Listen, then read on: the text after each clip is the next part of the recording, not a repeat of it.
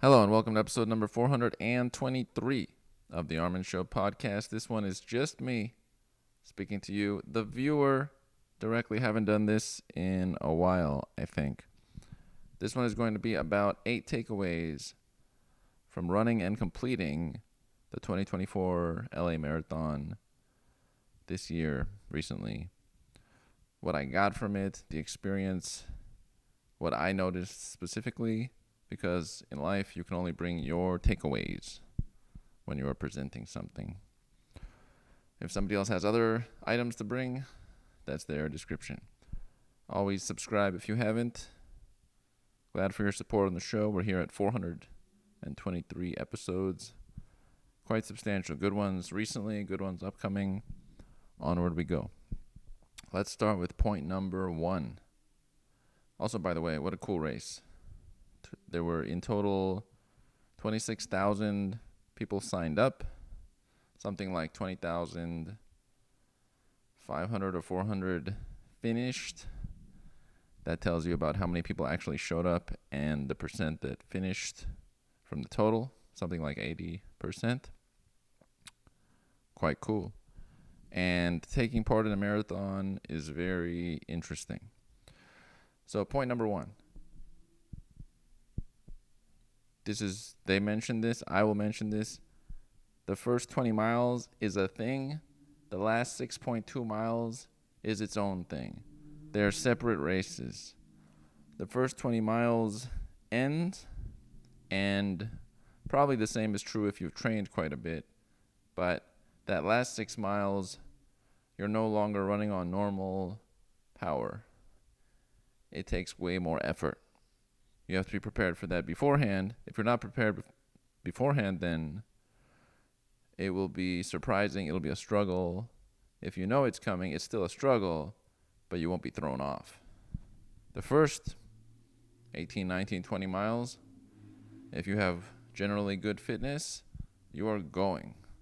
You're going that way and making it happen. But that last bit, if you don't have the mentality to continue, that may cancel out your marathon aspiration. On this one, the LA Marathon, the finish line was 18 miles in, and then you have 8 miles where you loop and then come back to where the finish line was.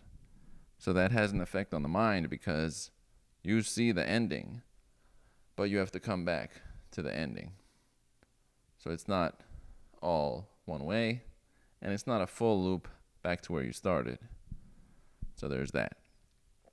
Yeah, that last 6.2 miles, you're not running on glycogen from what I have looked at.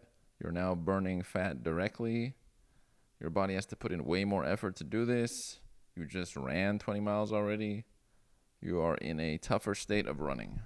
So based on that, you want to have, obviously, training beforehand. I didn't do too much training before the race.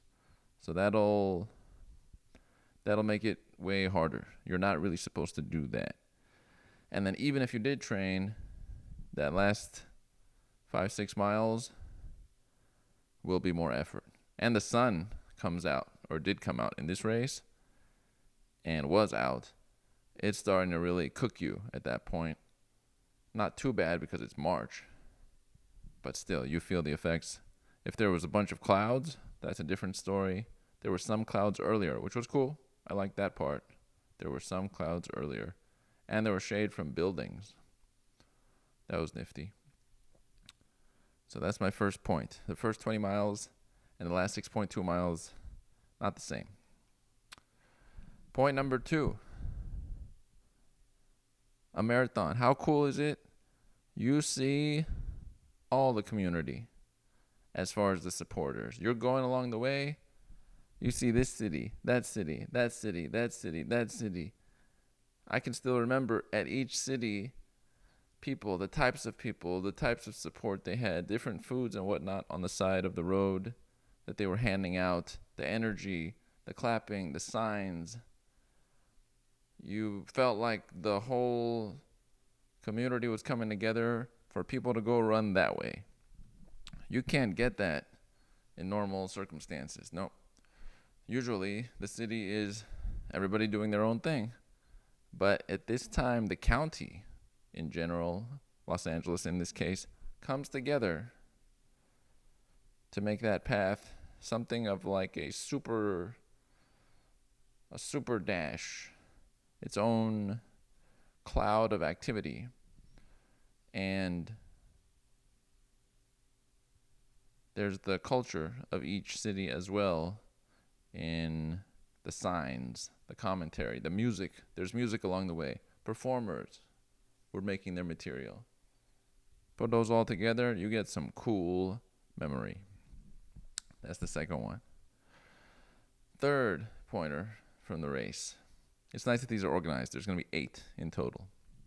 The third pointer from the race is that you have a lot of ability.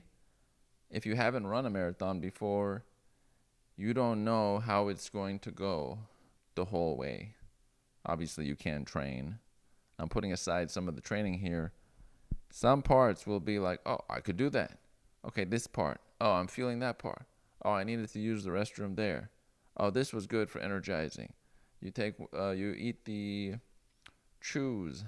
I got some lemon and blueberry chews that give you quick sugar along the way. Some people were having gels.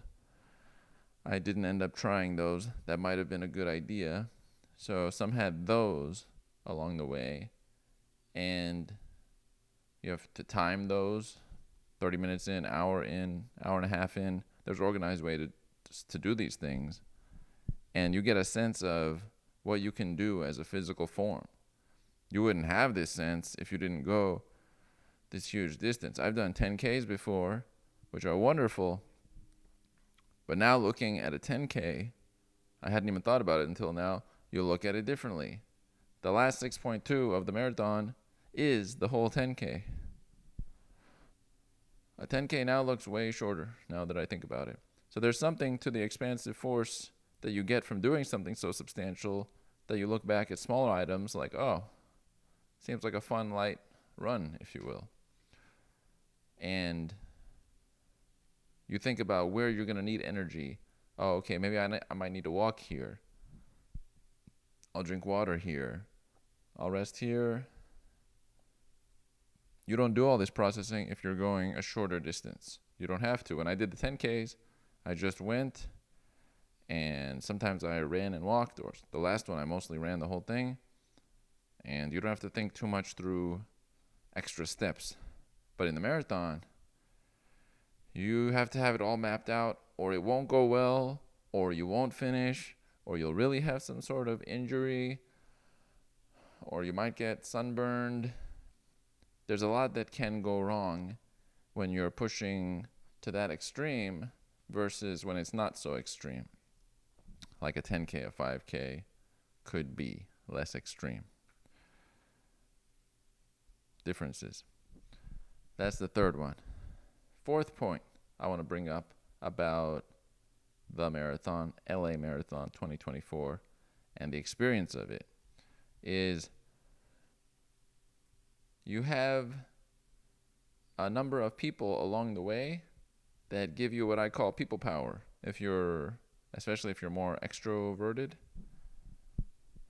There was no shortage of people the whole way. I've been in races where once you get closer to the front, there's less people. This one, and I started in the back behind everybody, so it took a while just to get to the start line. And I was with people basically the whole 26 miles, and I mean a good chunk of people relatively much through the 26 miles. If you're extroverted and there's all these signs and support and whatnot, you get people power from it. You go, okay, there's that person. I said hi to people on the side that were supporters. I gave them high fives. I made some commentary that was entertaining. Talked to a few runners along the way. All of those items gave me boosts. I got so many super boosts along the way that if it had not been for those people, it would not have gone the same. I definitely would have had a slower result and not done as well, and who knows about the finish. I'm not sure. difference, clear difference there.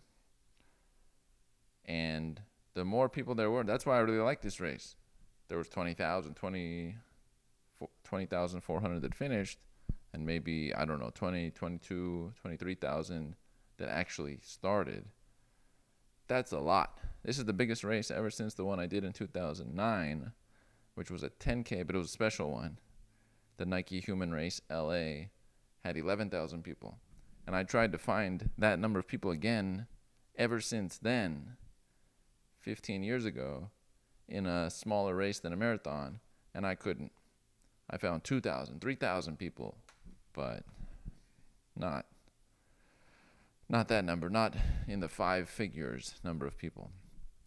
If there's another 10K like that, I will gladly take part. 10Ks are just wonderful, very enjoyable, and now feel much lighter than they did before, now that a marathon has been completed. I get the concept of the marathon. That takes us to number 5. The concept of the marathon became clear when running. This is a full item. There's a reason it's that and not a smaller amount. There's a half, and it's very specific to us as people, that distance. I get it now. Beforehand, it looks super distant. I will say that. 26 miles is so substantial. But having done it now, I see why it is that. If it was 15 miles, it would never have gotten to that really pushing yourself stage part of the run. Now, I know, once again, for those that did extensive training or are ultra runners, that's not the same issue. They've trained in a certain way where that last 6 miles doesn't have the same effect exactly. Some might go all the way to the end without having too much of that if they're in a certain training regimen. But putting that aside, for most general runners with some training, there's a reason for the distance and where it is and how you feel during the race and why it's called a marathon. And you can't sprint. There's no reason to sprint, and so you would want to limit your capacity in some way to be able to do the marathon properly. Which takes me to number 6. It was very handy during the race that I did not start, I think, with the main pace group in the front, except for a different reason I'll bring up in number 7. But there was a nice feature of being behind the pack where I wasn't able to go too quick for the first many miles, which kept me from going way too energetic early on. I was going to limit myself, but people helped me to do that, such that I went with the pack and kept a calm, very light pace, thinking, okay, we're going a whole way. And because we're going the whole way, let's keep it light throughout the way, because finishing was the goal. In this case, in a reasonable context. Finishing in a reasonable context, which came through. But if I had done any sort of dashing early on, the first 5-7 miles, I don't know. That end part would have been quite rough if I had done too much early on. And people helped me limit in that way because they were going at a certain pace. The people around me were all of a certain general pace. That's helpful.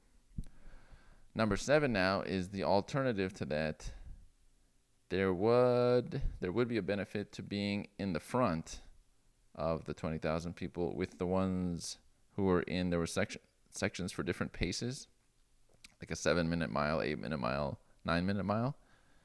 And the reason for that is if you go with them and you're already a little bit warmed up and you go, being ahead of the 20,000 people, when you get to the 4th mile, 5th mile, and you want to, well, first, everything's easier to get. There's less people to get water and electrolytes and all those things.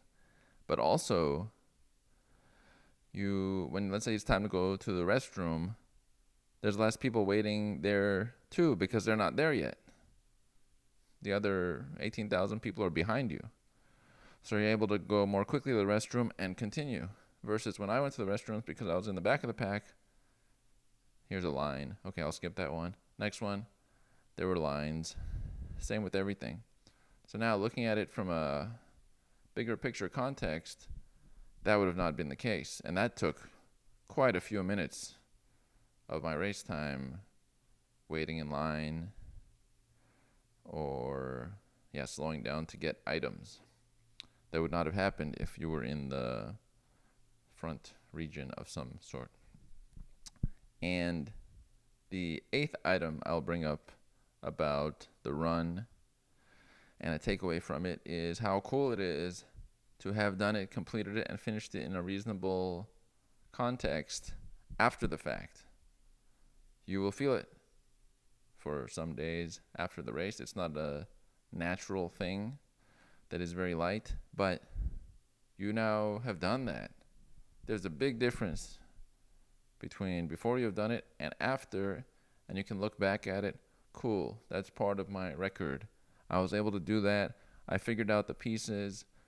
I didn't get too sunburned or injured or whatever it might be, and you'll always know I'm in the really small group of people. If you look online, it's something like 1 in 1,000 or 1 in 2,000 or some number like that completes a marathon in their life. Somewhere between 1 in 500 and 1 in thousands completes a marathon in their whole life. This is very uncommon. So if you're able to do that, you're already in the category of people that are generally fit, which is already in a smaller category in many states and or countries, and then able to complete that level of distance, running a good chunk of it. That's a small group.